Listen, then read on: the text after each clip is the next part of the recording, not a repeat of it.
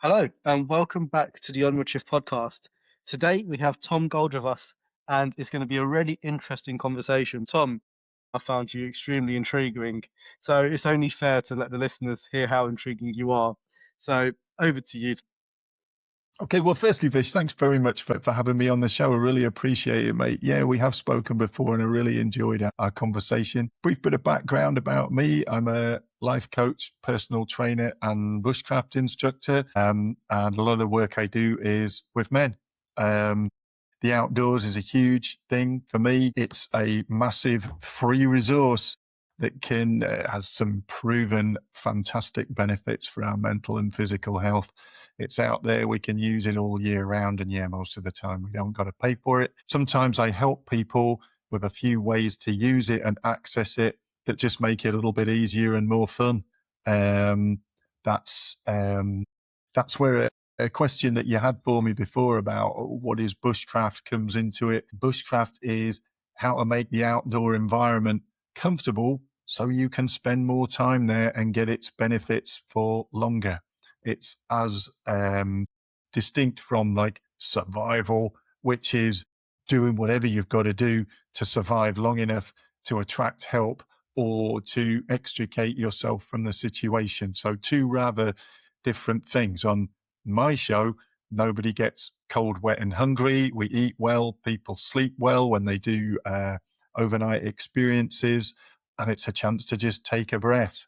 We're not setting traps or using firearms or wearing camouflage. I like to think we do it with a little bit of style so that people actually just get that time to really enjoy it, even if it's just listening to the rain pattering on the tarp shelter that we've built while you stay dry next to a fire. Amazing. So, Tom, why have you gone down the route of men's mental health? Why does this matter to you? What is it about men's mental health that ignites that fire in you to make you want to solve this problem?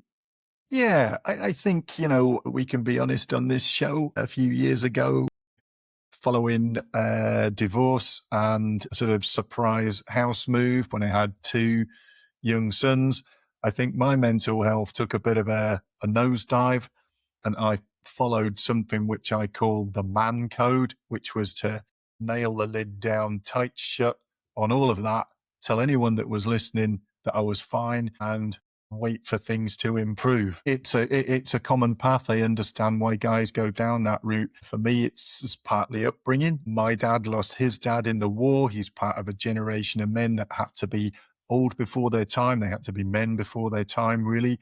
And he had some very clear expectations about his own version of resilience and toughness. I mean, I'm very lucky. I still have him. He's been a great dad.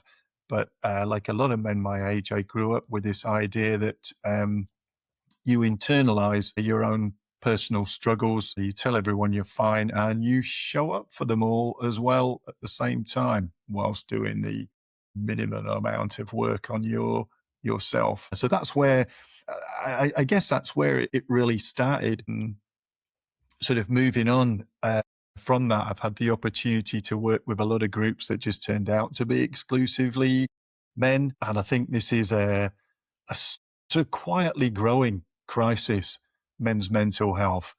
What we see most often is the suicide stats being trumpeted. So many more men take their own lives than the women.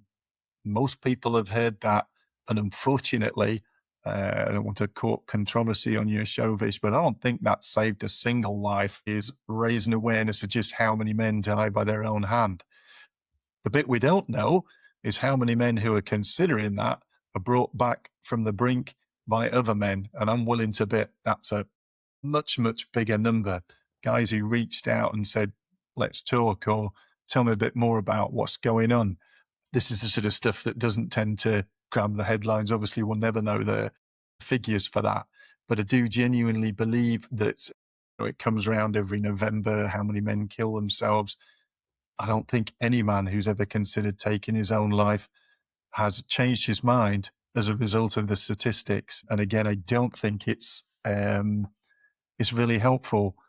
I wouldn't join a group that was entitled "Why You Get anxious about filling in your tax return every year, because it's an issue I don't really want to engage with. It's just I'll wait until the moment comes and then I'll just grit my teeth and get through it. I'd almost liken it to that. So yeah, to make the difference, you actually have to do the work. You have to assemble some guys and create the situation in which those honest conversations can happen. In sort of contrast to a lot of guys who work in this space, I very rarely front load the conversation or take it round the circle. Like, let's hear from you, Dave, about why you're anxious. I don't do that. I don't think anyone's coming back next week for that. If you set up the right environment, there's an understanding that everyone's going to get listened to, that it's a sort of safe space, as they say. Group of guys sitting around a fire on a, starry night, those conversations are going to happen. They're going to happen, and even if the really sort of deep, dark stuff doesn't come out, there'll be laughter, there'll be thoughtful discussion, there'll be support for each other. And those guys who are there will feel like they're included, even if they don't say anything. A lot of guys will turn up and say absolutely nothing. But when you look at them, they're in a good place. And they're also part of that group, and they know it. And they know that if they do speak up, they're going to be listened to. So, Tom, do you feel as if the camaraderie for men is actually there? Because it's interesting you say about the statistic, because I think the statistic does build awareness for the cause. But I get what you're saying. You're saying from the perspective of the person who wants to commit suicide, for that individual, seeing that statistic isn't any help. It's not helpful at all. I But don't do think they're you? going to be deflected from it by that. Yeah, but do you feel as if the conversation around men supporting men, like, is that there yet? Is it where we want it to be? Because I know we've got like incredible groups, like the amazing events you do, but also we've got like the Andy's Man Club, and then we've got loads and groups around UK, um, and they're slowly growing. But I feel like there's this stigma constantly attached to mental health. Like, I was talking to my mate, and he's a bit old. He's about 10 years older than me, and he's a proper lad. Like, he's a proper lad. And he said something really interesting to me just yesterday, because I was having a chat with him, and he said, Vish, I would never have given a shit about mental health until I went through my own mental health, and now I'm like super in tune with it. So do you think like it's embedded into our culture at a young age, to actually be aware of mental health and what it is? Some of the younger guys I speak to now seem so much more clued up on it than Yeah. I did at their age. That's always encouraging to hear. I'm not saying it's universal, but it's less unusual now to meet guys who are what I would call emotionally coherent. I don't like, because I'm old fashioned, I don't like the word vulnerable, and I don't know that it really is a goal that a lot of guys will aspire to, because it kind of goes against what they see themselves as men. But I do think emotional coherence, just that ability to say, hey, do you know what? I'm kind of struggling at the moment. Here's what I'm able to deliver. Here's what I'm perhaps going to need a bit more time with, or here's what, you perhaps can't expect from me at the moment. That's not, bearing your soul. That's not breaking down in tears or anything. It's just being honest. And yeah, I do come across a lot more guys who seem able to do that, and to express it in a rather sort of workmanlike, matter of fact way. But that's still highly productive, I think. I think that's, encouraging. So yeah, I mean, just from the work I do, I meet more men who are able to sort of vocalize some of that internal stuff in a constructive fashion. It's encouraging. We're a long way from sort of, I don't know what ultimately the goal is, but I don't get a sense that, men's mental health is somehow we've reached that point where we're good again. That I suppose one of the things I find most tricky is this thing I call the man code, which is a very sort of simple set of premises in which you internalize those feelings, you tell people you're fine, you show up for other folk, you crack on. History shows us so many men who were phenomenally successful by following that exact blueprint. Firstly, because it's really easy. And secondly, yeah, some of these guys achieved, absolute historical greatness while still carrying this, phenomenal burden. And I Mm, sometimes wonder what they would have achieved without it. If they'd been able to, you know, achieve a level of emotional coherence, what more could they have done? You can only wonder. I mean, I grew up on sort of adventure stories. Captain Robert Falcon Scott and his trip to the South Pole he was a deep thinking, thoughtful, sensitive man, but that was a side of him that no one ever saw. Had a lot of internal struggles and worries about, the responsibility he had towards these guys, but he never shared that. That wasn't a side of him he let anybody see. I wonder how much of the stress and worry would have been taken off his shoulders if he'd been able to do that. I guess we'll never know. But it paints some of these historical figures as rather sort of cold and bloodless. mm, Sometimes their diaries and personal notes and letters reveal a whole different side to them as warm, thoughtful, philosophical, caring people.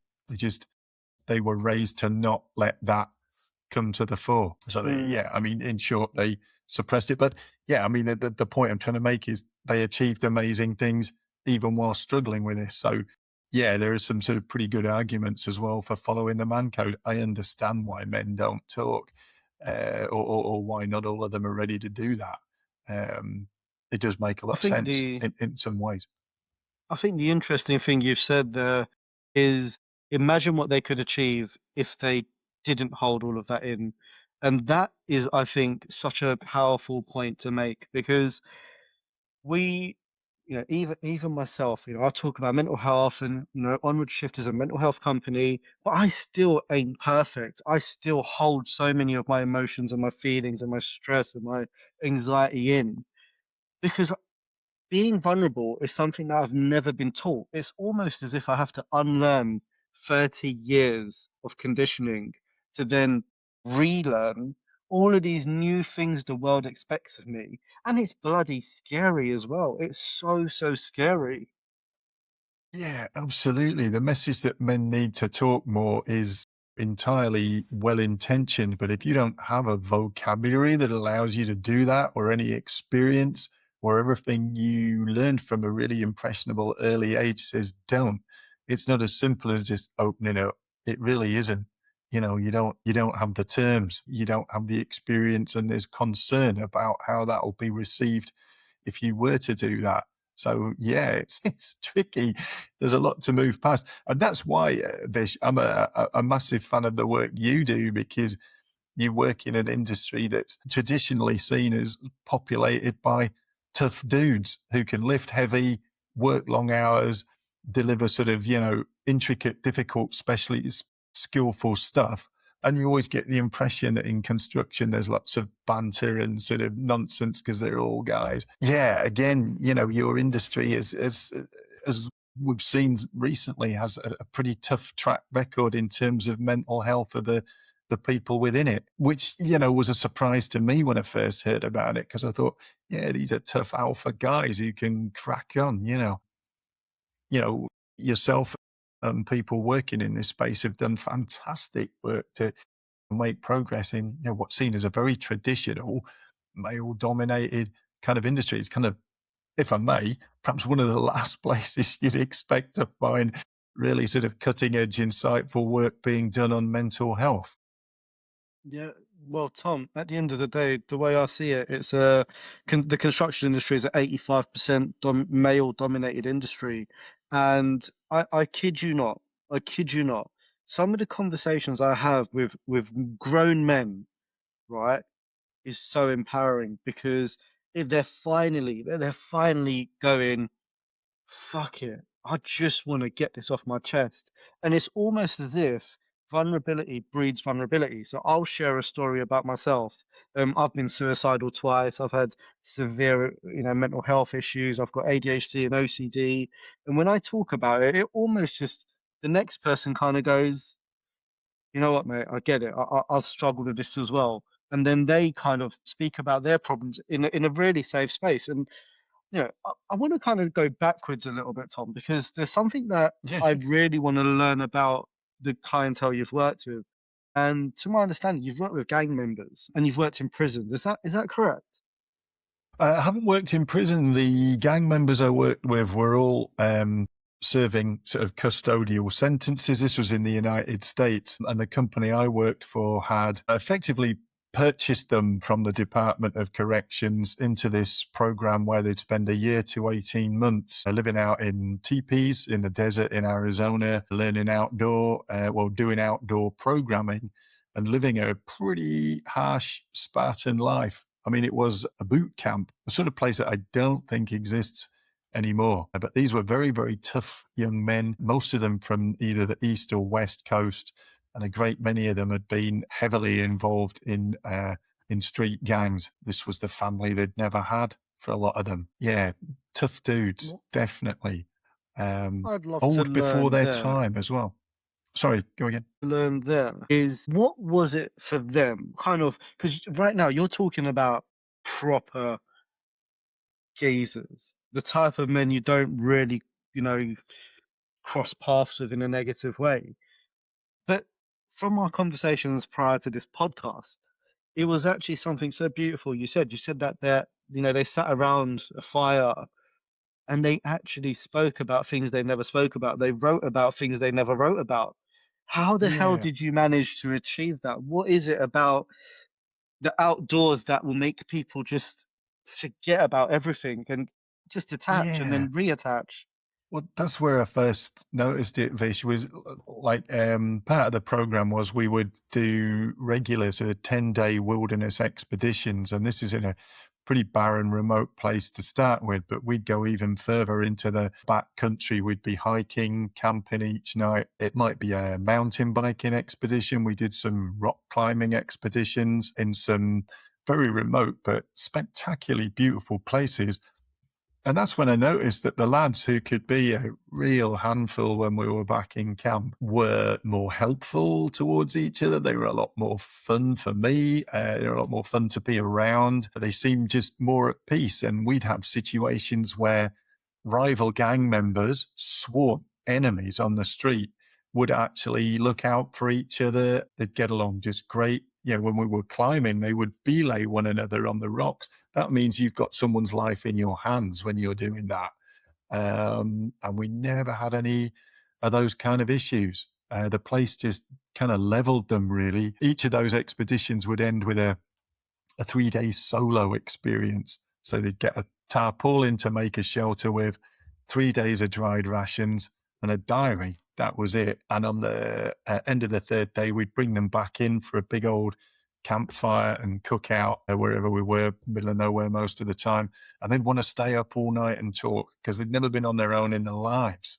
And it was Wow. quite a brutal thing, really, because it forced them to look inwards.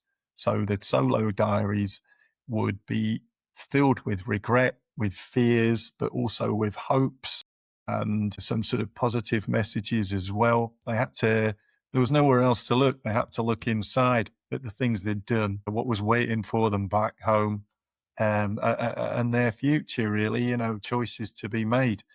Yeah, it was pretty powerful. For the most part, they did a fantastic job, these guys. I mean, they were all city boys. They absolutely hated being out there anyway, because the place was alive with deadly things, snakes, scorpions, hornets, and there was like carnivorous creatures like mountain lions and javelinas and stuff. And funny thing, these were guys who'd been in gunfights and stuff, but they were shit scared of the dark and the things that moved around in it. So yeah, and then the scenery as well. The place had a really dramatic effect on them. But that's when I noticed that even the toughest, hardest cases amongst them had come to a complete stop just to watch the sunset because it was so beautiful. It was not lost on them. So yeah, sorry, very long-winded answer there, Bish. That's kind of when I noticed. I thought it's got to be the place that's doing this. It's not like we've said anything special to them, or it's not like I had some really deep conversation and it changed their lives. That would have been cool, but it's not how it happened. It was the place that just, I don't know, had a calming, soothing influence on them. And a lot of them sort of when they were on their 3 days solo, they'd kind of go feral again. It spoke to an inner, more primal part of them. And you'd find that they'd like hopelessly set traps for, whatever prey they were going to catch, or they'd made sort of little crappy makeshift weapons out of sharpened sticks or whatever. But it spoke to a more primal element of them, the survival side of it really kind of. Some of them made fantastic shelters, and really sort of made their space their home, and stuff they'd never done before, but it was in there somewhere. And they couldn't wait to get back out again, but they did a good job while they were there, that's for sure. Tom, here's a question for you then. This is a bit of a bizarre one. Yeah, no, shoot. Do you think, honestly, we have evolved as much as we like to think we have evolved? Or do you think inside our core being, we are still, 1,000 years behind, but we're forcing ourselves to be something we're not? That's Yeah, deep. very, very good question, Vish. Yeah, absolutely. We have spent the vast, almost immeasurably large majority of our lives living out in nature, historically and evolutionarily. It's only a really tiny part of our existence as a species that we've spent living in settled communities with some sort of amenities, some sort of law and order, some kind of rule-based stuff. So I do believe it's genuinely, it's more in us than we think. I have never once had to tell a group of people, even newcomers to this, to form a circle around the fire.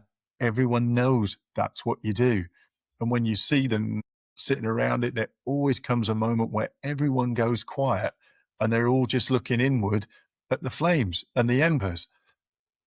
Human beings and our pre-human ancestors have been congregating round fires for over 500,000 years, and their reaction and behavior is exactly the same. I would bet folding money on it, as those really early ancient people who sat in a circle staring into the middle of the fire. It's just something that kind of has that appeal. We don't always completely know why.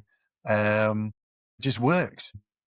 This was the beginning of it for us, and yeah, that's still in us. I've seen it so many times. We're It's not really so interesting. far removed.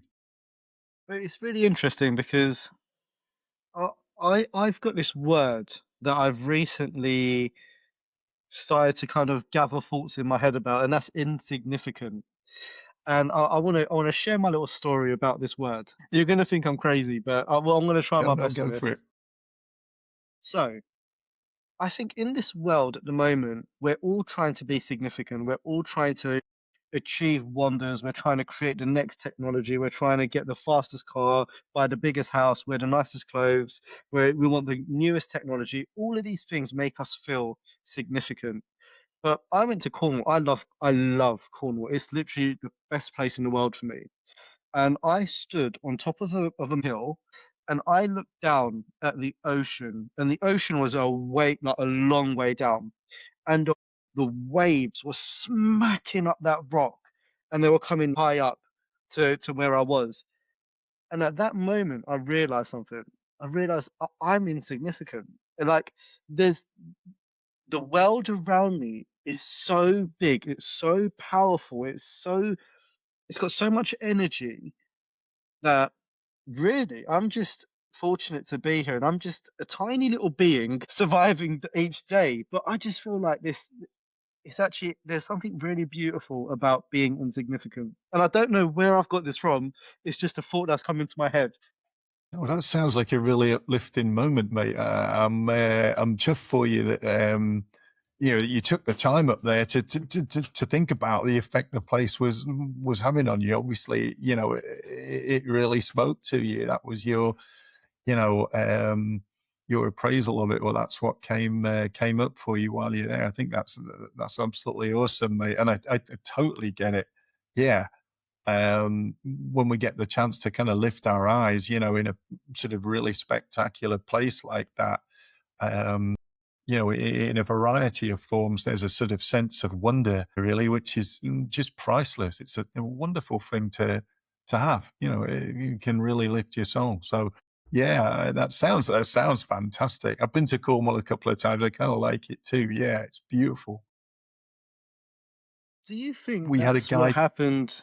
So what happens, the guys you took out from the prisons, do you think it was that feeling of, well, when they're in the city, the world is just this tiny little place and you're stuck almost between roads. But then when you take them out and they see all this open space, they see a whole different world. They realize that they don't need to carry the weight of the world on them. They just need to appreciate it. Do you think that plays any part in their journey? I think they'll always remember it. Those guys, wherever they are now, yeah, they'll remember that time. Yeah, they were guys who were born and raised in the city. They'd have lived their whole lives in America and never set foot in that spectacular place. But when they did, yeah, it really spoke to them. I don't know if any of them had volunteered to go back, but I just know that they were so very different when they were out there, and they had that sense of wonder about the place. You couldn't describe it as anything else. I still see this now. I mean, we had a guy who came on my latest 24-hour wilderness reset, and we were out deep in a forest on a hillside for 24 hours, but we walked up to the top where there's an amazing view, Brayval Summit, and he said, "What are those dark patches on the hills?" And I was looking, I was thinking, is it this? Is it that? I realized it's the shadows of the clouds. It's something that I see all the time. But this guy, he works a lot of hours in the middle of one of our biggest cities, and he hadn't seen that before. It's on a bright sunny day. The wind's moving the clouds, but it casts their shadows down on the hillside, and they appear as dark patches. I'd seen it so many times that it took me a minute to work out what he was looking at. I said, dude, that's the shadows of the clouds. That's a guy who hasn't seen a big horizon in a while. But, him and the other guys on that group, when we got up there, they just wanted to sit and stare. Great. That's one of the reasons we went up. But it was a little bit of a shocker, actually. I don't take this for granted, what I have here, but I hadn't figured that actually, if you live in the city, you ain't ever going to see that. And it's beautiful, because they move. The shadows ripple over the hillside. If there's a bit of wind, looks fantastic. So, yeah, I mean, in so many ways, this is what these boys in Arizona were seeing for the first time too, stuff like that. And it just brought them to a standstill in a good way. Yeah, maybe there was that sense that actually they are pretty insignificant. This is a much greater place. The forces at work here are much more powerful than they are. And yeah, you feel it out there. When it rains, it doesn't matter what you earn. You're still going to get just as wet as the guy standing next to you. You'll shiver when it's cold, and you'll be relieved when the sun comes out and gives you a bit of warmth. That's for all of us. Doesn't matter if we're the CEO of a FT 100 or just some regular dude. It's kind of a nice leveler. Works every time. It's really interesting because you can get that anywhere. You don't need to be up in a hill or, at a beach or, watching a wave smack the rocks. Like for me, I take the dog out for a walk, and we've got this beautiful circular walk. And in the middle of the walk, there's this tiny little bridge footpath. And, either side of it, there's water, like a little tiny little stream. And it's fairly empty then. So you can see the muntjacs running around and the kites flying around. It's so strange though. Tom, there's something so strange that happens. When you just stop, you put your phone in your back pocket and you just stop, there's something that connects you instantly. And I can't explain it. I'll try my best, but I don't understand the logic behind it. But hearing the birds tweet, hearing the water just flow, hearing my dog's little footsteps in the water, there's something about it that just makes you forget about everything else. And I don't know if that's because we still haven't evolved enough to not appreciate that, or maybe we've evolved too much and we've stopped appreciating it. So when we get a bit of it, we get hooked. I don't know which one of the two it is, but nature can just stop you in your path. Absolutely, it can. I mean, there's a theory around something called hard and soft attention. Hard Okay. attention is something that definitely absorbs all our interest and focuses us, and we can stay on track for quite a long time. And one example of that might be, I don't do this, might be playing Call of Duty. It's a lot of fun, as I understand it. People get really dialed in. They can apply their concentration to it for hours, but it doesn't actually relax us in any way. Then on the other hand, you've got soft attention, which is a much more predictable environment. It still has little surprises in it, but you might suddenly see a flock of starlings doing their amazing thing, or the weather might suddenly change. But this is much more soothing. It has to be something more natural to give us that soft attention. And quite possibly, when you take the dog for a walk and you notice these things in nature, soft attention, a different thing. It's the sort of thing that lowers your blood pressure and Yeah. releases those feel-good hormones. A lot of studies into sort of the effects of blood pressure and heart rate being out in nature. It'll suppress them both to the point where we start to feel relaxed. But if you're watching the big game on Saturday and you're in the stands, that's hard attention because you don't know what's going to happen next. It's exciting though, but it's not necessarily relaxing. Maybe in retrospect, perhaps if your team's won or whatever. I don't watch the football either, so that's probably the wrong Yeah. analogy. Yeah, driving really fast on an unfamiliar road, it might be exhilarating, but it's not actually going to soothe your brain at all. But nature will do that for you. Absolutely. All you've got to do, like you say, Vish, switch the phone off and suddenly all these things come to you. But we now carry a device in our pocket that can take us away from all of that in a heartbeat.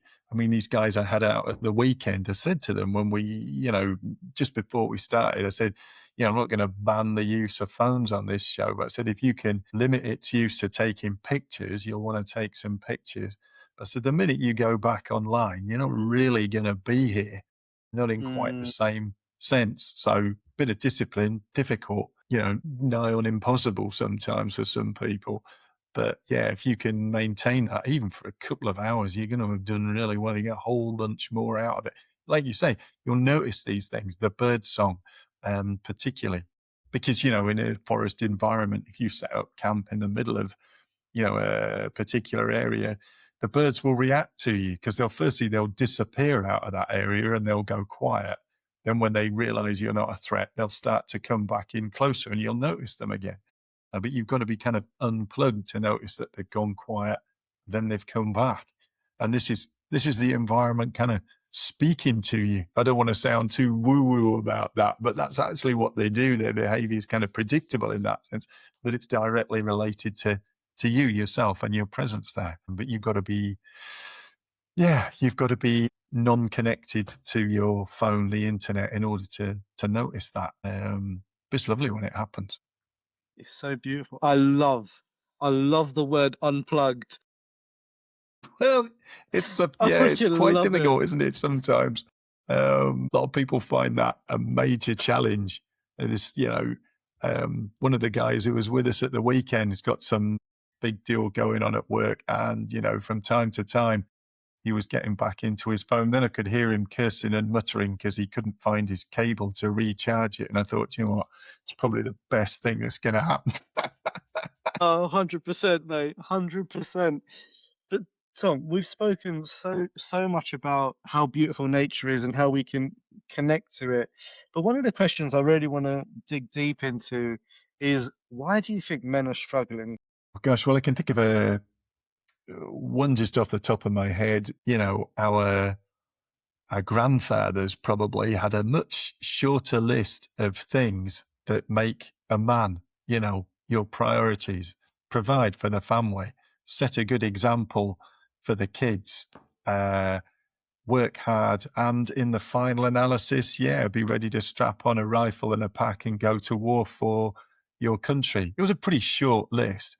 Now, well, that list seems to be growing all the time. Every time you look at it, you've got to be able to be vulnerable. You've got to be resilient, but that doesn't mean being tough. It means, bending in the wind, or, you've got to be able to get everybody's pronouns right. In one sense, you've got to show up brilliantly for your other half, but at the same time, you've got to be aware of so many other things going on. It's difficult, and the sort of society and the workplace's attitude towards sort of traditional masculinity aren't always really sort of supportive and encouraging. Now men question whether it's appropriate to hold a door open for a woman. The whole idea of, one of my fave movies, Titanic, women and children to the lifeboats first. Do modern women even need to be saved by men? Everything you see says no. It's like a constantly shifting environment. Yeah, that's tricky. I think that I would put that's my own personal theory. I put that down as one reason why it's difficult is because the list of things you're supposed to be brilliant at is somehow just sort of increasing in front of our eyes. It was a lot simpler for, I think of my grandfather. He never got to know him because he lost his life in the Second World War, but that was his remit. And in the final analysis, yeah, he was asked to do this other thing as well. But it just, on reflection, seemed so much simpler. That's difficult. In some of the businesses I speak to, we've got all sorts of movements and initiative aimed at pushing more women through the glass ceiling to the sort of top floor of the organization. And, these allyship and mentorship programs where men are mentoring the women who are, well, probably going to take their jobs, because of the sort of massive drive to correct gender imbalance in certain industries. Well, that's difficult and stressful. It doesn't stop by being well off. Now earning good money, a guy can still, if he's got teenage kids, he might be paying for 3 cars, a mortgage that's only getting bigger. He might have, teenage kids who don't speak to him. He might have a menopausal wife who he doesn't fully understand. And unlike, our dads and our granddads, he has a much smaller circle of friends. That's something that's, changing year on year, is the number of actual close mates most men have. And that's decreasing too. It's a kind of shrinking world. So And I've sorry, got go I've on. got some thoughts on that because I don't want to miss on any other points. Like one of the points you mentioned was opening doors and all of that stuff. I'll be honest, I did have these thoughts and these battles in my own head of should I open a door for her, should I not? And then I realized something. I'm gonna open that door for that lady or that child or that man. It makes no difference of who it is. I open the door because it makes me feel good. Now, if somebody gets offended by it and it doesn't matter about their gender, age, weight, color, whatever, then that's on them.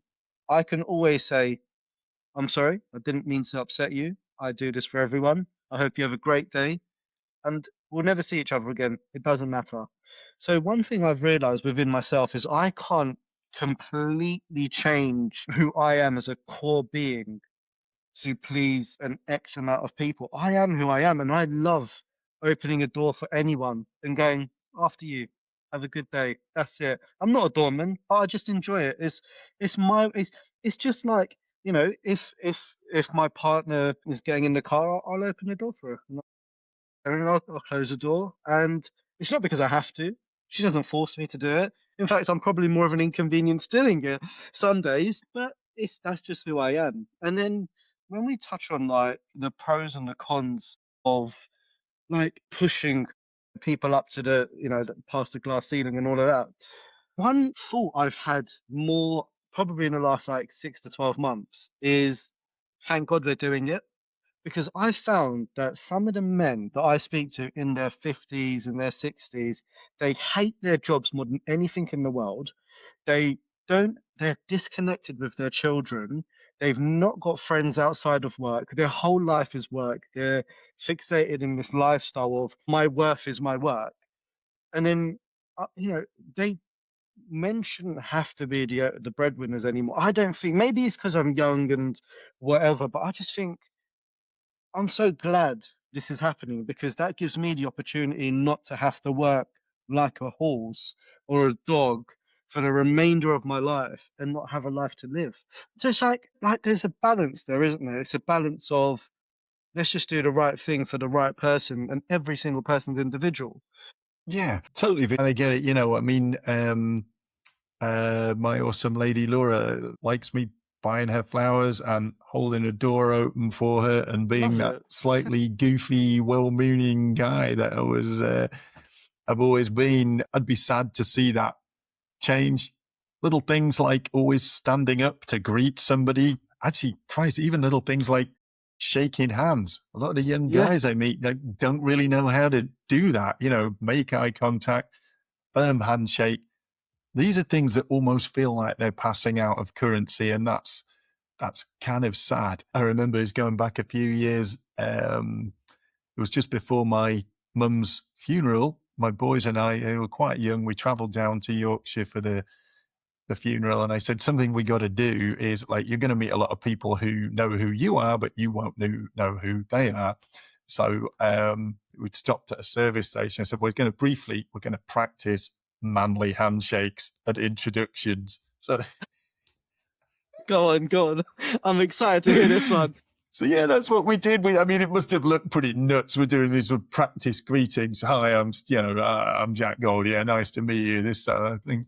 Because I thought this is going to matter. I don't want them to be those, introverted kids who can't look up from their phones or don't know how to make eye contact. I said, this is really important. I said, it's going to be difficult because all these people know who you are. You've never seen them in your life. But this is how we're going to present ourselves today. So we worked on that. Not just for that day. This is stuff that I tried to sort of instill in them along the way. Yeah, probably because I was brought up with that, but I still think it has a value. These things, you don't get a second chance to make a first impression, and you put your hand out, make eye contact, you say you're pleased to meet that person. But again, yeah, a lot of the younger guys that I met and worked with, this all seems a bit odd. Yeah.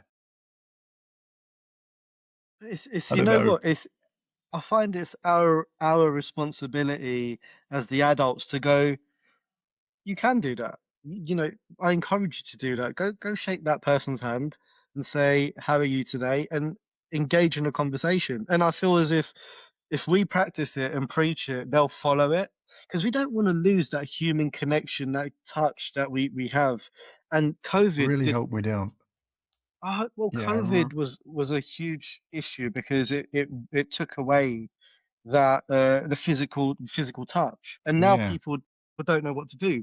I hope we can get it back because I don't think shaking someone's hand, man or woman, it's just a nice feeling. It's a level of respect almost. absolutely it is. Absolutely it is. And I think, taking it another level, so is giving someone a hug. I like to hug people. I always Mm. hug my friends when I greet them. I Are don't you a shake their hugger? hands. I'm a hugger too. Yeah, definitely, man. Always, always. And if it's someone, I don't know as well, but we've got on well, or, guys that I have in my groups or whatever, I'll always say, is it okay if I give you a hug? Is that weird? No one ever says no. No, rather not. It's just a nice way to, another nice way to exchange a greeting. I've always liked it. It's also a gesture of trust in a way as well. But yeah, I'm definitely a hugger. If it's not someone I don't know as good, but we've had a good day or whatever, I'll always ask their permission. Is that okay? Um, Absolutely. yeah, it's yeah, and COVID really, obviously, really stamped that out and made people so jumpy. I'm glad to see we've sort of got past that level of complete paranoia and insanity. God, it was a dark time. That was, not going to rant about it, but I've witnessed during COVID basically the criminalisation of the outdoors. One of the first things Yeah. that happened around here, I live in Scotland, was all the forests were closed off with barriers and tiger tape. Why? For the love of God. If we ever needed those spaces, it was then. No one was getting Mm. COVID out in the woods. Yeah. But You could yeah, probably barely see someone else. absolutely. So many of these places were shut off. People were sort of questioned for sort of going outside, for longer than their 2 hours. I think the damage COVID did, yeah, we will in some cases was still going to be dealing with that for a while. But yeah, God, that was Yeah. a dark time. One of the things men are struggling with is identity crisis, and I can completely see that. And I think some parts of social media really push that message out there harder and further than it needs to be. But what are the other? I'll share one of my thoughts with you. I think we've got the values of men wrong. I think we've been seen as protectors and providers, but we've only been seen as protectors and providers. I almost want to say to guys, yes, you can be a protector. Yes, you can be a provider, but you can also be a great community supporter.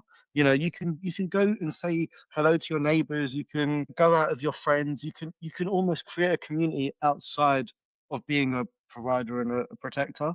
And I think the values for men have just been it's so regimented that it's awkward if you're not those two things, but it doesn't need to be. Yeah, absolutely. I mean, because there's another role that, so many men can fulfill but choose not to or don't think they're worthy. And that's like role model, you know, Mm, setting a good example for younger people, younger guys, perhaps particularly in the sort of context of this conversation. A lot of the young men I have worked with hadn't had that kind of role model in their life. And it's actually surprisingly easy to be that guy. Obviously, I'm not cool and I don't know anything about football or the music they're into. I don't know what the mate, emojis are, and you could make a tea in the middle of a forest with some matches and some sticks. Mate, you're cool. I tell you that, you are cool. Give you, you can't, I can't take that away from you. Definitely a cool geezer. Thank you very much, Vish. Thank you. I mean, something I learned working with these young guys in the States, they came from a world that I'd never seen, a whole background, way of life, even the sort of the language and the way they express themselves. It was all new to me. But one thing that almost all of them had in common was they had all been let down by adult men. And me as the vast majority of these young guys were African American. Me as the goofy English white guy, I thought, Christ, I'm absolutely screwed here. But I realized early on that turning up on time, being sober, delivering on what you said you'd do already put you way, way ahead of so many of the men they'd met. And for, guys who live among us, it might be a surprise for them to learn that actually they have a tremendous amount to contribute. A lot of young dudes out there who've never seen a guy that does that, actually delivers on what he says he does, or says, talk to me, I'm listening, I want to hear it all, I'm not going to judge, just, go for it. These are things that, we can all do really. And that's that extra missing piece. I'm always hearing about how young men need more role models. It's, in many ways, not that hard to be one if you can deliver on, those 3 or 4 really core principles, perhaps listening being the big one. It's not about telling them what you do in their shoes. It's just saying nothing sometimes and just listening, talk to me, nothing's off the table, whatever. It's all good. Because again, some of these young dudes haven't had that. So yeah, it was a surprise to find out that I actually had, something of value when I met these angry young dudes in the States who I thought, Christ, we have not got the first thing in common. And actually, probably we didn't. But at least I always showed up on time. I was sober. I listened. And when I said, yeah, I'll do that for you, I really learned early on the importance of not failing them because they were expecting me to fail them. Everything they knew said, he's going to let you down. All those other guys did. So it's not difficult to not be that guy, and I have been told it 1 or 2 times, people say, oh, you're a good role model. I'm always like looking over my shoulder to make sure they're not talking to someone behind me. That'd be awkward, wouldn't it? Oh, it's not you, Tom. Oh, mate. But that's not the case because I think you've hit the nail on the head there. It doesn't. I think when I hear the word role model, I get really scared. I'm like, oh my God, I've not had a male role model in my life, and now I'm expected to be one. Well, what the hell does it entail? But I think you've hit the nail on the head. It's simply just that. It's be respectful, turn up, do what you say you're gonna do, and don't run through the tough times. Learn to communicate. That's it. It's generally speaking, we all know how to do it, but I think the biggest part of it is we're scared of failing. So then we step away from it because we don't want to let whoever it is down, but we don't realize that we're letting him down by just not showing up. So I know for me personally, I get really scared that I'm going to do something wrong. I'm going to say something wrong. So sometimes I won't say anything or do something at all. But the older I'm getting, I'm kind of like, you know what? If I turn up and make a mistake, I can apologize and take ownership of it. But the main thing is I turn up and I be myself, you know, and it's working. I haven't actually upset anyone that I know of yet, and I haven't had to apologize because you're just doing the best you can. Yeah, absolutely. I mean, for a lot of guys who are struggling, particularly young guys, I think deep down they know you can't fix everything and you probably don't have all the answers, but that doesn't mean you can't help. Just by listening or setting an example of the stuff you're already doing, 9 times out of 10, showing up, delivering, following a code. It might not make you the most exciting, person, but yeah, there's still, I think of some of the, older men that were in my life as a younger guy. And I still think of them in the sort of fondest, respectful terms because they did just that. I mean, we're going back a Mm. few generations now to a time when, men could fix stuff. You didn't replace it because it was broken. You took it apart and you figured it out. That was even without YouTube to help you. I was What? There was a speaking time before to YouTube? you're not Nonsense, going I to tell you, believe this, nonsense. mate. Yeah, absolutely. Back when rocks were new, my partner That's Laura, funny. she's a landscape gardener. One of her clients came round to the house yesterday, and we got talking. And she told me that her dad used to fix her and her sister's shoes. He knew how to do that as well. He'd fix No everything way. else, but he could also, you know, restitch leather soles, hammer the little pins in. What are the chances of meeting someone who can do that? I mean, there was a time when that was a sort of an expectation. You were going to maintain all your property and stuff and that you had these skills. Yeah, maybe that's gone. But the idea of setting a good example, well, that's still kind of valid. I think that can still happen. And you don't have to be super interesting and exciting to make it work. You don't even really need to understand fully the world they live in just to listen. That doesn't, it's like, no, I don't get it, but maybe you can help me by telling me what it's actually like for you. I'm interested, everybody wins there. You learn something yourself. I know I have from the work I've done with young guys. And what's more, working with them, spending that time with them, it keeps you young as well, Yeah. which is great. Always enjoyed it. There's a saying. I read a book recently and it said it was called How to Be Disliked. One of the final sayings in the book was life is as complicated as you make it. And I think that's so true. Sometimes you don't need the complex answers. You just need to be present. I think that's such a huge thing. Now, Yeah. I want to Yeah. move on to the next question Yeah, because I please can't do, believe Vish. Yeah. it's already been nearly an hour. Wow, time has flown. What do you think needs to change? Like we've spoken about the problem. Now, what do you think the solution is? Obviously, this isn't the solution, but this is part of the solution. To the whole, the solution to the guy thing. I think we're Mm, very, very slowly but visibly inching our way towards it. Time when, people can be like I mean, the term I use is emotionally coherent. We can be a bit more like that.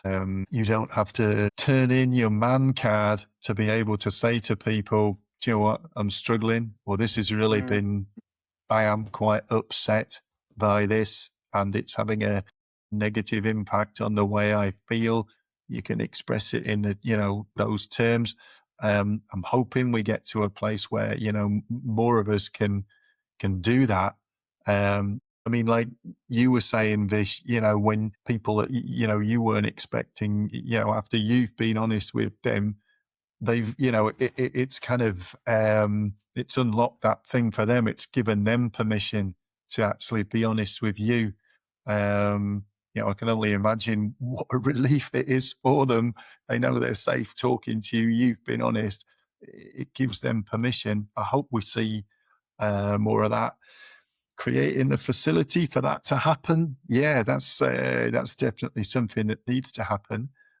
You mentioned earlier on Andy's Man Club. They're an amazing outfit. I attended Andy's Man Club myself for a while, and yeah, I think any people who are still of the opinion that because we're men we've somehow got it really good should attend an Andy's Man Club. They will be dissuaded of that. There's some very, very tough, heart-rending stories come out of that. But I know that those boys draw a tremendous amount of strength and relief from being able to share it. There's not a single person in that room ever who can fix it for them, but they'll be told, thank you for sharing, man. Or someone else will say, do you know what? I'm dealing with the same shit. And, I can only tell you that it'll get better. You go away thinking that actually you're not crazy or you're not alone. Or, there's at least one place, once a week where, it's okay to talk about that. And it's like a muscle we can exercise. We can get better at doing that. But it does take a bit of work. Nailing the lid down shut ain't gonna fix it. For my own part, yeah, I mean, moving forward, I want to create more of those spaces for guys to do that, not in a formalized way. Like I say, the outdoors is kind of my office for that. Give them the chance to talk about it, experience some of the things we were talking about. Like, when you notice the bird song and stuff while you're out walking the dog, just give them the chance for that, to learn a few skills that they can take away and use on their own time, hopefully with other people, but they work just as good on their own. I like the idea that some of the guys I work with will be able to take their kids out and say, we're going to light a fire, toast marshmallows, and we'll put up a shelter to keep us dry. And you know what? If the kids spend the rest of the weekend on their phone, Dad won those 2 hours. Victory. He showed up. He did good. They spent quality time. It doesn't have to be all 48 hours of the weekend, but they will remember that Dad showed up, that he could still do these things. Or he could just, I don't know, take them swimming and deal in, be fully involved instead of sitting on the side on his phone. Oh, I got to take this call. Sorry. We're only talking about a few hours out of every weekend to show up. I'd like to think that guys leave with some of the skills, the outdoor old school bushcraft stuff that's easily taken away and replicated on their own time. Or to show up for their loved ones, their other half. But so that they know that they can also pull this off on their own. With a few, a tarp, shelter, a sleeping bag and a mat, they could make a night in the forest work. And I'll come home feeling like, yeah, do you know what? I actually did that. That was me. I can handle myself out there. And there'd be a whole bunch calmer at the same time. Yeah. Absolutely love that. And I think one of the things you mentioned there was I could be wrong, but I don't think I'm wrong on this one. And that's, yes, I think a minority of men and a minority of women on the whole planet have it really bloody good. They're the ones on the yachts and the mansions and the forests in their back gardens. But I do believe the majority of us are just like me and you, Tom. We're just everyday people, just keeping our head above water and surviving.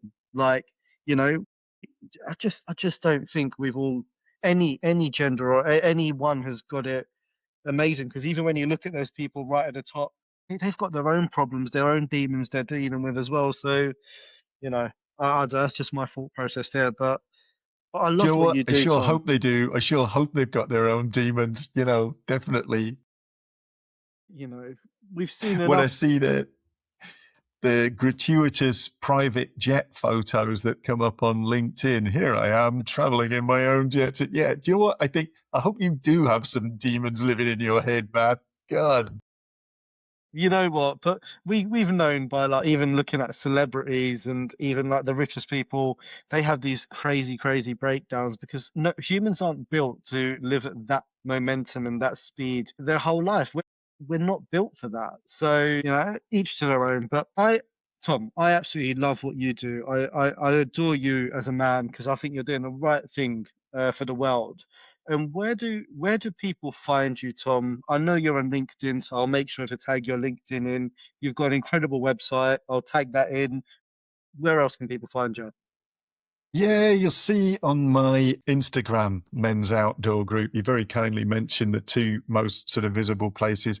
Yeah, I've got an Instagram that may have as many as 20 followers now, where I Hey, post stuff about outdoor workouts, bushcraft, and occasionally shooting. That's one of my hobbies. So there's some gun pictures in there. I do have a license. It's all done in a responsible way. It's just that's my little luxury. That's my version of the private yacht, is maybe a couple of times a month I get to go to the range and do some shooting. So yeah, you'll see some of that stuff on there. People will know early on in my acquaintance that I don't do hard sell. So if anyone's got any questions about any of the stuff we've discussed or you've seen on the website, get in touch.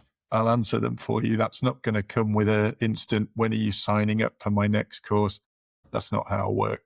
But yeah, happy to follow up on any questions people have from today or any of the other stuff I share online. amazing. I've got two final questions for you, Tom. Question one is, how the hell do you make a fire outside? Because I feel like I need to know this now without driving to Scotland to come see you. So, how do I make a fire outside? Yeah, this time of year it's easier. Well, it's easier, but it's also a little bit more dangerous. Sweep the ground at this time of year. Sweep the ground before you build the fire on it. Scratch it right back to the bare damp earth, because you don't want it to spread out and set off anything else in the vicinity. Grade your wood. So you'll break down the wood into thin sticks, and then kind of finger thick sticks, and then just a little bit thicker. The thin ones, you ignite them first, then you stack the rest of it. Don't build it in a teepee. That doesn't work quite as good. Stack them like Jenga blocks and light it from underneath. Light the thin stuff from underneath. The flame will reach upwards and find the thicker stuff for you. And once you've got it burning, add more wood to it if you want, but don't disturb it. Don't be that guy. There's always one in every group who wants to sit next to the fire and poke it with a stick all night. That's just going to slowly put it out. And that's going to piss me off if you're on one of my groups. There's a warning. That's out there for your listeners. So yeah, either learn to source the dry wood in that environment so you can gather it, or buy it in bags. Kiln dried stuff, you can't miss with it. Split the first two logs up into much thinner pieces. The rest of them will go on as, big old thick bits.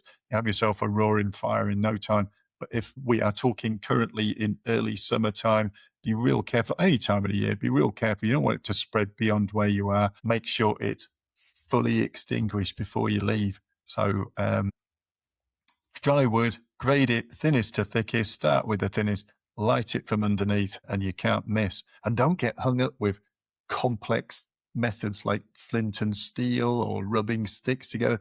Just take a lighter or a box of matches, because you know what? Those still work. Okay. And my final question for you is, Tom, today's been a fairly deep conversation. So how are you? Are you all right?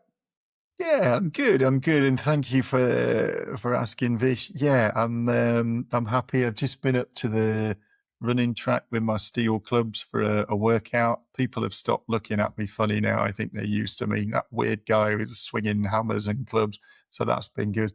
We had a 24-hour wilderness reset at the weekend. We had some guys come up from England for that. They had a good time, so I'm happy about that too. So thank you for asking, my friend. Yeah, I am good. How are you, man? God, we Amazing. didn't even we asked those questions at the end. Tell me how you are. Mate, I'm surviving. I'm keeping my head above water. I'm overworked and tired. There you go. But on the same token, conversation like this ignite the fire in me. And I just get excited, man. I've got hope for the future. I want men's mental health to improve. Intel that will improve relationships. That will improve livelihood. That would improve communities. Like what we speak about, it doesn't just make that man's life happier. It makes his life happier, his kids' lives happier, his wife's life happier, his family, his friends, his community, his work life. We're not just talking about let's talk about anxiety. We're talking about how can we genuinely improve somebody's life for the better of them and the people around them. And this type of conversation they ignite my fire. They make me want to stay working for the extra couple of hours. And yeah, yes, I'm tired, I'm exhausted, but I'm also really happy and I have a lot of hope. I have a lot of hope. Massive kudos to you, Vish, for the fact that I know you've had a long day today. You've made time for this podcast because, this is stuff that really matters to you. And I know the work you do, in the men's space is in addition to your, your work in construction. So I give you massive respect for that, making the time. Appreciate you, man. These are the things that will make the difference in answer to one of your questions is dudes like you, making that time. So yeah, strength to you, my Dudes like friend. us, man. Dudes like us. There's no I in team, man. There's no I in team, and it's together we're stronger. So I'm really happy you was on the podcast, and thank you for taking the time out. I guess it's time for, a bit of a put your feet up for the rest of the evening. Yeah, I hope you'll be doing likewise. And if we ever run this back again, Vish, it would be nice to do it sort of, I don't know, live stream it from sitting next to a fire with a kettle hanging over it. That will be my pleasure, man. Seriously. And if Mate, you are ever oh in Scotland, mate, I hope your work brings you up here or pleasure or whatever. I hope you'll give me a shout because it'd be nice to meet in person. 100%, mate. I'll give you a big hug. Yeah, we can do that. Absolutely, man. Now I'm looking forward to it. Yeah, definitely. Tom, it's been such a pleasure, mate. Thank you so much. Thank you for having me on the show, and I will wish you a very pleasant rest of your week. If you've enjoyed this episode, don't forget to like, share, and subscribe to the channel. Honestly, the more people we reach, the more support we can offer. And don't forget, Onward Shift isn't just a podcast. We've got a number of resources on our website, so please don't forget to check out www.onwardshift.com, where you'll find counselors, keynote speakers, coaches, blogs, and so much more. Until next time, don't forget to keep having these important conversations.